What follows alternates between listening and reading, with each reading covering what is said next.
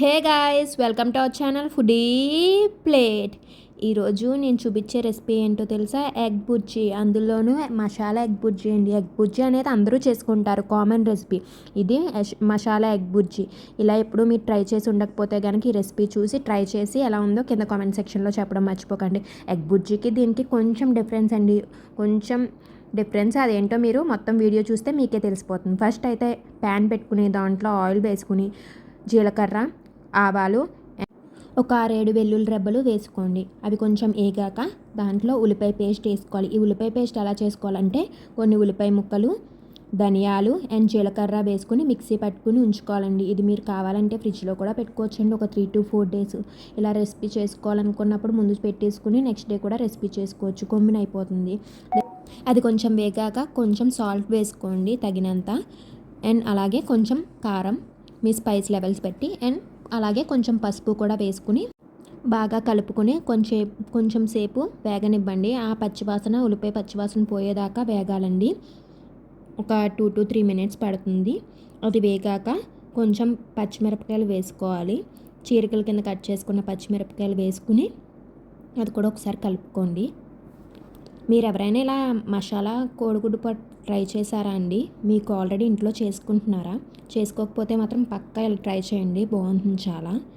And ఎలా వచ్చిందో కూడా కింద కామెంట్ సెక్షన్లో అయితే చెప్పడం మర్చిపోకండి. ఎగ్ బుర్జీ చాలామంది ఫేవరెట్ కదండి. ఇది కూడా మీరు ట్రై చేయండి, ఇది కూడా మీ ఫేవరెట్ అయిపోతుంది. దీన్ని మనం రైస్లోకి కలుపుకోవచ్చు, అలాగే సైడ్ డిష్ కింద చారులోకి, సాంబార్లోకి, అలాగే పుల్కాస్లోకి కూడా చాలా బాగుంటుందండి. మధ్యలో ఒకసారి మళ్ళీ కలుపుకోండి, కింద అంటుకోకుండా ఉంటుంది. ఒకసారి కలుపుకొని ఇంకా వేగనివ్వండి. ఇదిగో ఇలా నూనె పైకి తేలిందంటే వేగిపోయిందని అర్థం అండి. దాంట్లో మనం ఎగ్స్ నేనైతే డైరెక్ట్గా వేసేసుకోవచ్చు, లేదా అన్నీ ఒక గిన్నెలో వేసుకుని ఇలా ఒకసారి వేసుకోవచ్చు. నేనైతే అన్నీ ఒక గిన్నెలో వేసుకుని ఇలా వేసేసుకున్నానండి. మీరు మామూలుగా ఎగ్స్ ఒక్కొక్కటి కూడా వేసుకోవచ్చండి. ఎగ్స్ వేసే ముందు నుంచి స్టవ్ హై ఫ్లేమ్లో పెట్టుకోండి, అప్పుడే మీకు ఎగ్ బాగా వస్తుందండి పీసెస్ కింద. అండ్ మీకు కొంచెం పెద్ద పీసెస్ కావాలి ఎగ్ అలా అనుకుంటే ఆ ఎగ్స్ వేసుకున్నాక ఒక 1 minute హై ఫ్లేమ్లో ఉంచి అప్పుడు బీట్ చేసుకోండి. లేదు నాకు చిన్న చిన్న పీసెస్ కావాలి కీమా లాగా అంటే ఎగ్ వేసుకున్న వెంటనే ఇలా నేను కలుపుకుంటున్నట్టు అలా కలుపుకుంటూ ఉండండి, మీకు పీస్ చిన్నగా అయ్యేటట్టు కీమా లాగా. అండ్ కలుపుకుంటూ ఉంటే అది చిన్న చిన్న పీసెస్ అయిపోతుంది, అలాగే కుక్ కూడా అయిపోతుందండి, వేగిపోతుంది ఎగ్ మొత్తం. ఇలా కలుపుకొని వదిలేయండి, అప్పుడు వేగుతుంది. మధ్యలో కలుపుకుంటూ ఉండండి కింద అంటుకోకుండా. ఇప్పుడు నేను మసాలా పొడి వేసానండి. ఈ మసాలా మేము ఇంట్లోనే చేసుకుంటాము. మీకు కూడా మా స్టైల్ మసాలా కావాలి అనుకుంటే కింద కామెంట్ సెక్షన్లో చెప్పండి, మేము వీడియో కానీ షార్ట్ కానీ పెడతాం తప్పకుండా. ఇలా కలుపుకొని ఒకసారి ఉంచేయండి, అది కుక్ అవుతుంది.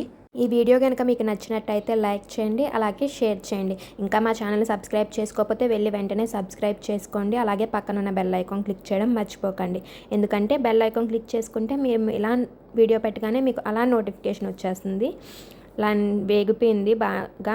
సో ఇప్పుడు మనం లాస్ట్లో కొత్తిమీర వేసుకుని ఒకసారి బాగా కలుపుకొని స్టవ్ ఆఫ్ చేసేసుకుంటే మన ఎగ్ మసాలా పొరట రెడీ అండి.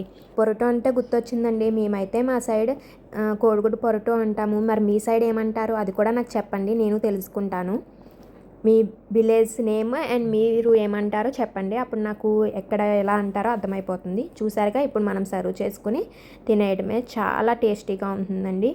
అండ్ మీకు మా గోదావరి సైడ్ ఏదైనా రెసిపీ కావాలి అనుకుంటే కింద కామెంట్ సెక్షన్లో చెప్పండి, నేను అది కూడా రెసిపీ మీకు చూపించడానికి ట్రై చేస్తాను. Thank you for watching. See you in the next video.